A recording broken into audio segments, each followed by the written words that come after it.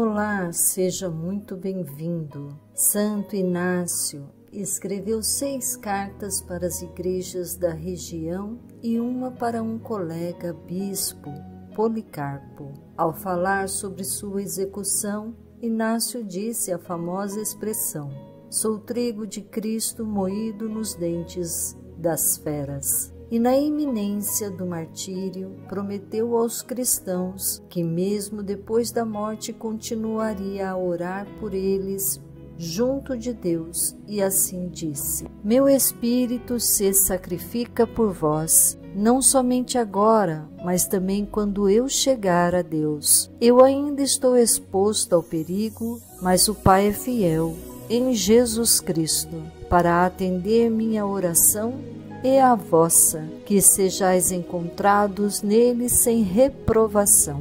Santo Inácio foi bispo de Antioquia da Síria, entre o ano 68 a 107, um discípulo do apóstolo João. Também conheceu São Paulo e foi sucessor de São Pedro na igreja em Antioquia. E segundo Eusébio de Cesareia, Santo Inácio foi perseguido e detido pelas autoridades e transportado para Roma, onde foi condenado à morte no Coliseu e martirizado por leões. Defendendo a autoridade da Igreja, ele foi o primeiro a escrever a expressão Igreja Católica, em uso até o presente momento. Antioquia, à margem do rio Orontes, a capital da província romana de Síria. Também foi nessa cidade que Paulo de Tarso pregou o seu primeiro sermão numa sinagoga, e foi aqui que os seguidores de Jesus foram chamados pela primeira vez e presos por ordem do imperador Trajano, no ano 98 a 117, e condenado a ser lançado aos leões no Coliseu em Roma. As autoridades romanas, que esperavam fazer dele um exemplo e assim desencorajar o cristianismo.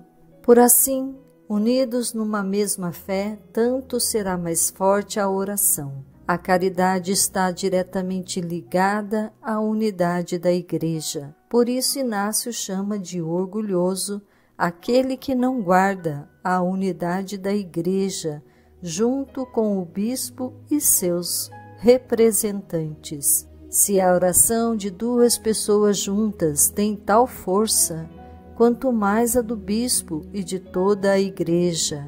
Aquele que não participa da reunião é orgulhoso e já está por si mesmo julgado, pois está escrito: Deus resiste aos orgulhosos.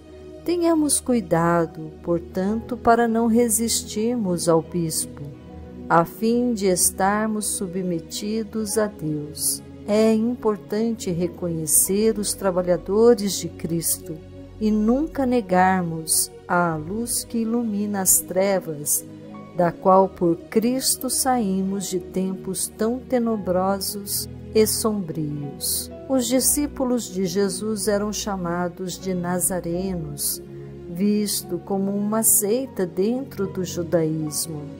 Posteriormente, como vimos acima, os discípulos de Jesus, então, são conhecidos como cristãos, como registrado nos Atos dos Apóstolos. Isto é um fato muito significativo, pois os discípulos de Jesus Cristo não são reduzidos a uma seita, mas são os discípulos do Messias prometido à humanidade. E, portanto, a obra da salvação atinge sua plenitude em Cristo, tornando-se universal. Por esta razão, aqueles primeiros cristãos passaram a ser chamados de católicos, pois pertenciam à Igreja Católica.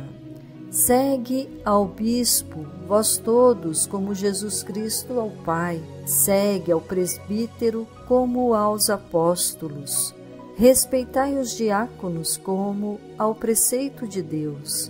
Ninguém ouse fazer sem o bispo coisa alguma com relação à Igreja. Como válida, só se tem a Eucaristia, celebrada sob a presidência do bispo ou de um representante seu. A comunidade se reúne onde estiver o bispo, e onde está Jesus Cristo, está a Igreja Católica. Sem a união do bispo e seus representantes, não é lícito batizar nem celebrar a Eucaristia.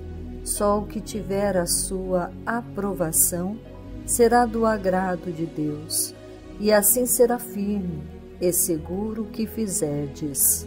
Inácio também afirma em suas cartas o primado da Santa Sé de Roma. Roma preside a Igreja na caridade. Carta aos Romanos, prólogo, feitas pelo apóstolo São Paulo no ano 57 depois de Cristo. Inácio, através de Jesus Cristo, revela-se conhecedor das operações eternas e reais de Deus, que não se separam da sua essência divina ao reconhecer no Cristo o conhecimento intelectual e ao querer, ou seja, a vontade de Deus. De fato, Jesus Cristo, nossa vida inseparável, é o pensamento do Pai, o que seria mais tarde explicado em consideração da filosofia por São Tomás de Aquino.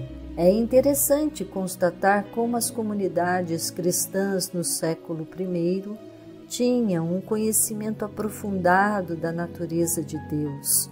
Jesus Cristo é gerado e não criado, Deus existindo em carne, único Filho gerado, unigênito. Inácio reconhecia a autoridade da Igreja de Roma sobre as demais igrejas. Para ele, Pedro e Paulo teriam pregado naquela cidade. E sobre a Santíssima Trindade, procurai manter-vos firmes nos ensinamentos do Senhor e dos apóstolos, para que prospere tudo o que fizerdes na carne e no Espírito, na fé e no amor, no Filho, no Pai e no Espírito, no princípio e no fim, unidos ao vosso digníssimo Bispo e à preciosa coroa espiritual formada pelos vossos presbíteros e diáconos, segundo Deus. Sejam submissos ao bispo e também uns aos outros, assim como Jesus Cristo se submeteu na carne ao Pai, e os apóstolos se submeteram a Cristo, ao Pai e ao Espírito, a fim de que haja união tanto física como espiritual. Inácio, além de afirmar a divindade de Cristo, também afirma a virgindade de Maria e sua descendência do rei Davi.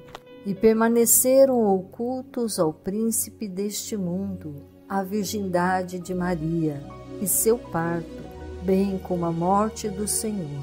3 mistérios de clamor realizados no silêncio de Deus. A verdade é que o nosso Deus, Jesus, o ungido, foi concebido de Maria, Virgem, Virgo Maria, Mater, matéria, segundo a economia divina, e nasceu da estirpe de Davi, mas também do Espírito Santo. Inácio também declara que os cristãos herdeiros da nova aliança não guardam mais o sábado, mas se reúnem no dia do Senhor, o domingo. Ficamos por aqui. Obrigada e que Deus abençoe.